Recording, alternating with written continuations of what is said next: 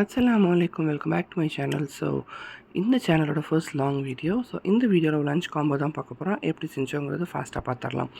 First chicken gravy பண்ணுறதுக்காக, கிரேவின்னு சொல்ல முடியாது, ஒரு செமி கிரேவி மாதிரி பண்ணுறதுக்காக நம்ம வந்து ஒரு பேனில் குண்டுமல்லி எடுத்து ஒரு 2 ஸ்பூன் எடுத்து அது வறுத்து வச்சாச்சு. அடுத்தது அதே பேனில் வந்து மிளகு 2 ஸ்பூன், ஜீரகம் 2 ஸ்பூன், சோம்பு 2 ஸ்பூன், பட்டை, கிராம்பு இதெல்லாம் மட்டும் கொஞ்சம் நல்லா ஒரு ப்ரௌன் கலராக வர மாதிரி ட்ரை ரோஸ்ட் பண்ணி எடுத்து வச்சிடுறோம். இந்த ட்ரை ரோஸ்ட் பண்ண மிக்சர் வந்து கொஞ்சம் ஓரளவு ஆற விட்டுட்டு அதுக்கப்புறம் தான் நம்ம வந்து அரைக்கணும்.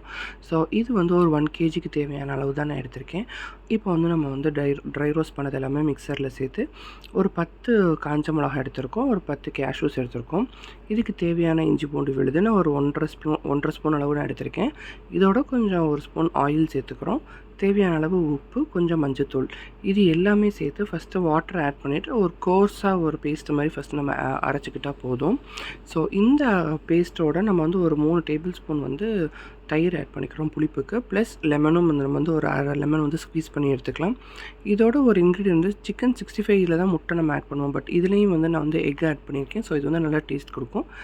எக் ஆட் பண்ணி இது நல்லா அதுக்கப்புறம் ஒரு ஃபைன் பேஸ்ட்டாக அரைச்சி இன்றைக்கி வந்து 1 கேஜி வெறும் லெக் பீஸ் மட்டும் தான் எடுத்திருக்கோம். அது நல்லா ஸ்லிட் போட்டு நம்ம வாங்கிட்டு வந்தாச்சு.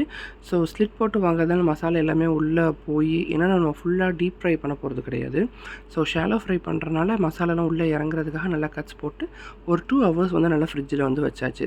இப்போ அடுத்தது வந்து ஃபிஷ் குழம்பு நம்ம எப்படி என் ஸ்டைலில் வைக்கலான்னு பார்த்துடலாம். ஃபிஷ் குழம்பு வைக்கிறதுக்கு எண்ணெய் ஊற்றி அதில் வந்து சோம்பு, வெந்தயம் சேர்த்து கொஞ்சம் வெடித்ததுக்கப்புறம் இந்த வெடித்த எண்ணெயிலே ஃபஸ்ட்டு வெங்காயம்லாம் போடாமல் பச்சை மிளகாவை கீறி போட்டோம் அப்படின்னா அந்த எண்ணெயில் அந்த ஃப்ளேவர் இறங்குறப்ப நல்லாயிருக்கும். இதில் ஒரே ஒரு விஷயம் மிஸ் ஆயிடுச்சு. மீன் குழம்புல எப்போவுமே நான் வந்து தோலோட பூண்டு கொஞ்சம் எடுத்து நல்லா அதை தட்டி அந்த காஞ்ச எண்ணெயிலே போட்டோம் அப்படின்னா ஃப்ளேவர் அவ்வளோ இதாக இறங்கும்.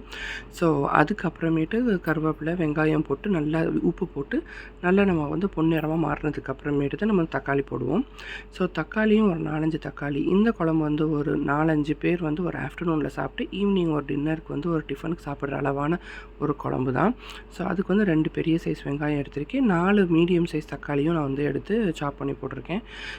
இதுக்கு வந்து எப்போவுமே வேறு எந்த மசாலாவும் யூஸ் பண்ண மாட்டேன். ஆச்சி குழம்பு மிளகாய் தூளில் 50 கிராம்ஸ் பேக்கெட் அப்படியே போட்டுருவேன். வேறு எந்த மல்லித்தூள் எதுவுமே சேர்க்க மாட்டேன். இந்த 50 கிராம்ஸ்க்குள்ளதே வந்து போதுமான அளவு.